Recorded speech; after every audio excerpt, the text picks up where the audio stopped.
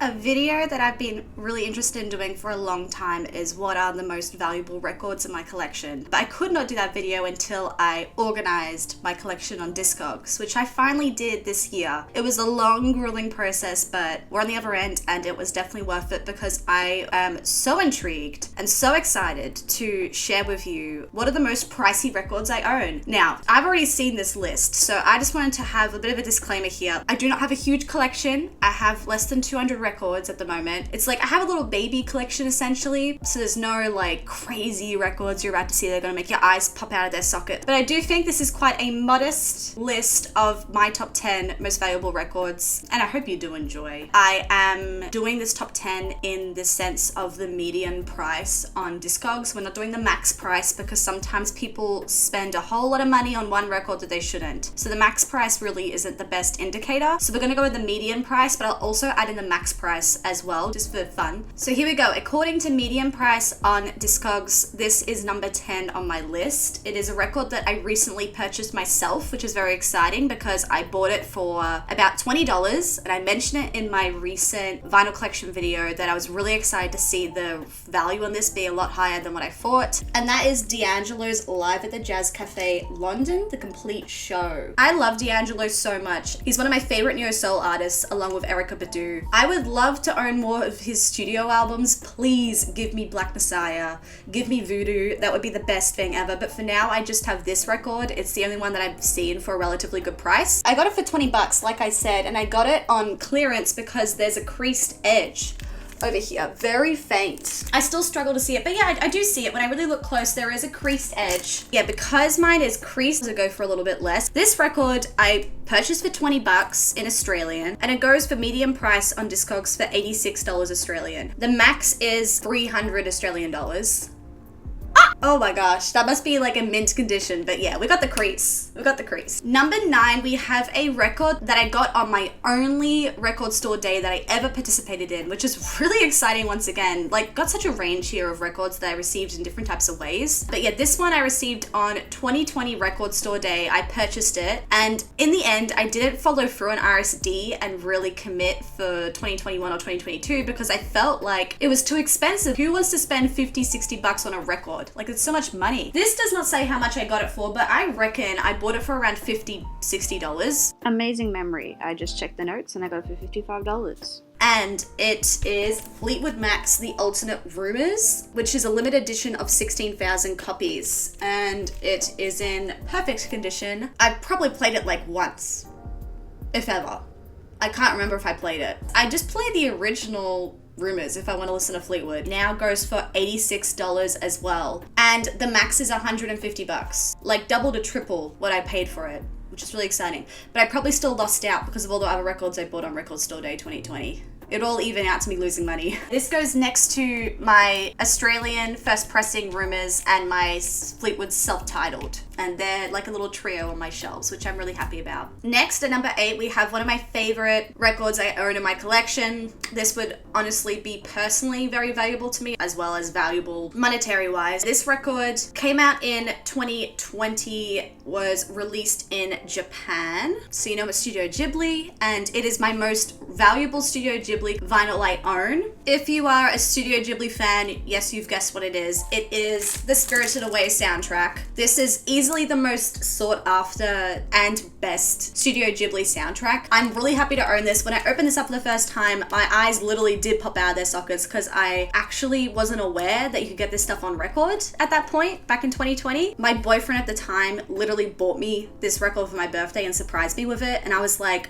oh my gosh, I didn't know these existed. So this record goes for $95 Australian, which is around about the price he would have actually paid for it. And the max is 141 bucks. I reckon these are gonna go up in value as time goes on. So I'm trying to not play it too much, but yeah, I do still spin this record every now and again. I can't help myself. It's so amazing. The next record is another record I also received as a gift. This was from one of my subscribers actually. When I saw this record, I did actually think, wow, this feels special to me. And I still haven't listened to it because I'm so excited about it. I just feel like I'm gonna love it. And that would be Chick Corea's Now He Sings, Now He Sobs. This is number 7 on the list. This pressing came out in 2019 and it is the Blue Note Tone Poet series. This record looks so good in person. Like, honestly, if I love the music, then I think this will become one of my favorite records in my collection. But that's also probably why I've put off playing it, because if I don't like the music, I'm gonna be really sad. But I hope I like it. Yeah, this is from Chris, one of my subscribers. I don't know how much he paid for it, but oh my gosh. The average median price is $96 Australian, so slightly higher than the Ghibli, and the max price is $149. That record is well sleeved, thank God. It's in very good condition, so I might want to try and keep it in that condition. This next record, however, is not in the best condition because this is one of the oldest records in the sense of like when I bought it. I bought this record when it came out, so 6 years ago now it's been in my collection, and I've been playing it for 6 years, so but no, actually I played it a lot more when I was younger, probably in the first couple years that I got it, but now I don't play it as much. And that would be Daft Punk's Discovery, a 2014 reissue, and it goes for $108 median, and max price is $320 that someone's paid for this, which is crazy. That might have been when the group disbanded, I don't know. I feel like the value of their records and just their merch in general went up quite a bit when the group disbanded recently. I think it was last year or this year. It was always up there. It was always quite high. You don't see this record around very often, but I love this record. It's like one of the best records of all time. It should be valuable in my opinion. And I probably would have purchased it, definitely not for $110. I reckon I would have bought it for, I want to say $40, $30-$40 back in the day, because I would have got it when it came out. I would have purchased it in 2014. Number 5 is a 1988 US pressing. This is obviously a record that I did not purchase myself. I wasn't alive yet. I received this record off my auntie when she gave me all her old records. And I actually did not realize the value of this record when I picked it up. I just was like, oh yeah, okay, I know that band, I'll take that. And that record is Surfer Rosa by the Pixies. Now, I don't really listen to the Pixies very much apart from Doolittle.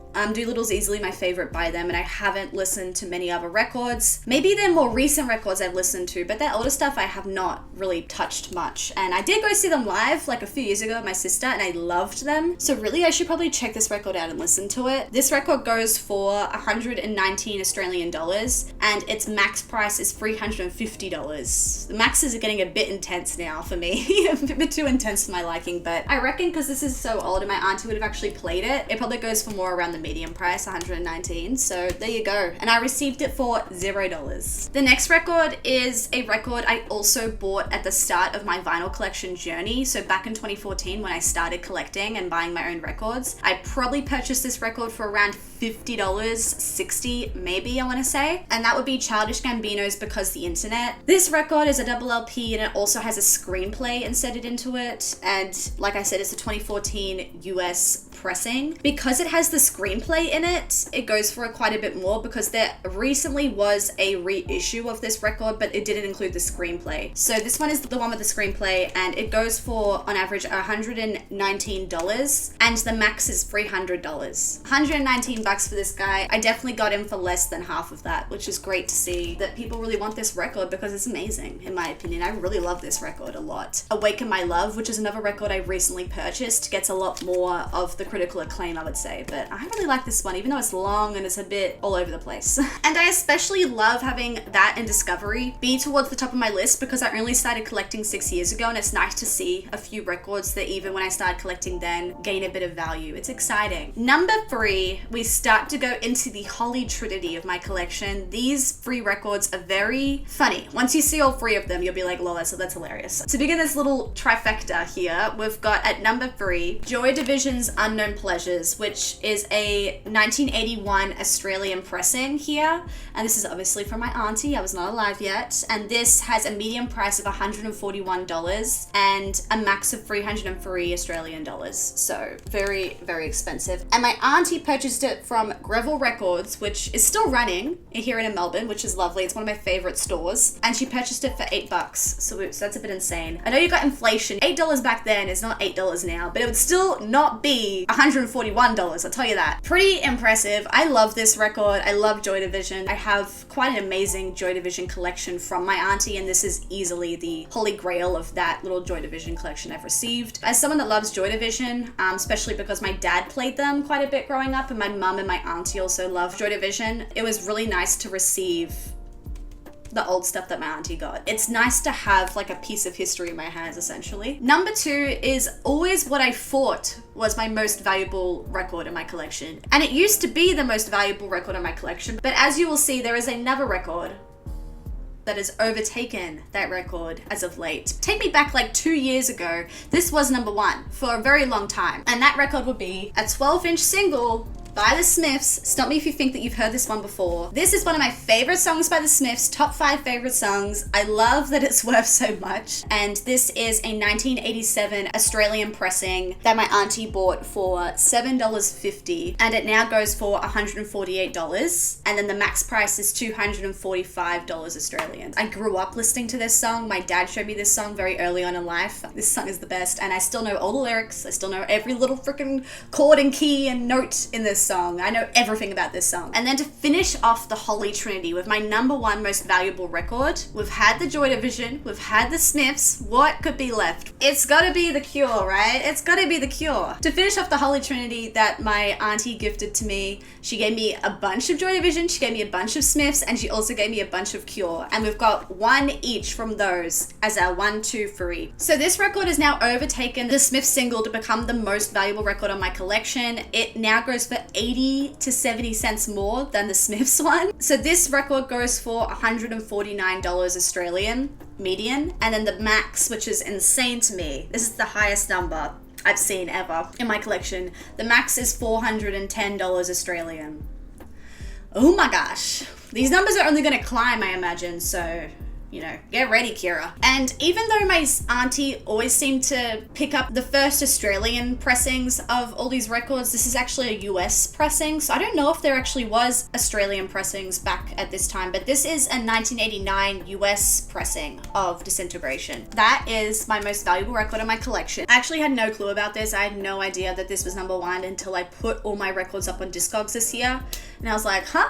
It's been overtaken. I'm so used to that Smith single being number 1, but we have a new king, and he is Robert Smith. It's been really interesting for me to put all my collection up on Discogs, like I said, and to put this list together. I get excited when I do this because I'm excited to collect more records and to see the value of my collection go up in general. My collection, every time I look at the number, it goes up, but it is now at $6,507 median with a max of $12,000, but obviously it's not $12,000, which is really exciting to see because, you know, it's just this little section of my room that is worth so much money and means so much to me on a personal level. The Pixies and the Fleetwood, not so much, but all the rest of the music here is music that's really touched my heart over the years and has meant a lot to me. And so many of these records bring me back to different connections in my life, different moments in my life, brings me a lot of nostalgia. So it's so lovely. It's all fun and games to talk about the monetary value of these records, but a lot of them just have a lot of value emotionally for me, and I would be so distraught to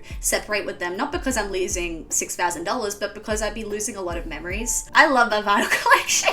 This is so sappy. I hope you've enjoyed this video, and I'll see you again soon for a reading vlog. I'm actually currently doing a 24-hour readathon, and I'm exhausted already, and it's only 6 hours in. So look forward to that, I guess. All right, I'm gonna go for a walk, listen to my audiobook, and go to the local art gallery because I have a superiority complex. Honestly, when I say it like that, like, what am I doing with my life? Like, who am I? Going to an art gallery, listening to an audiobook? I'm still gonna go do it. Bye.